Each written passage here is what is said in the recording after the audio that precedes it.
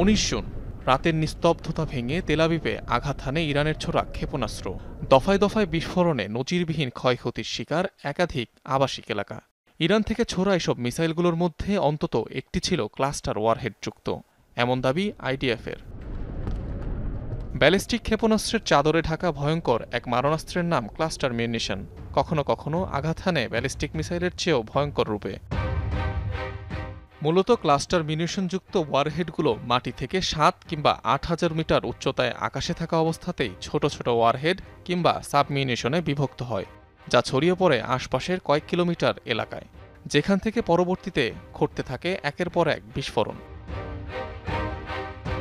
Cluster বোমার সাবমিউনিশনগুলো দীর্ঘদিন মাটিতে সক্রিয় এবং অবিস্ফোরিত অবস্থায় থাকতে পারে। অজান্তে কেউ সংস্পর্শে চলে এলে বেড়ে যায় প্রাণহানির শঙ্কা, অর্থাৎ এক ধরনের জীবন্ত মাইন হিসেবেও বিবেচনা করা যেতে পারে এটিকে।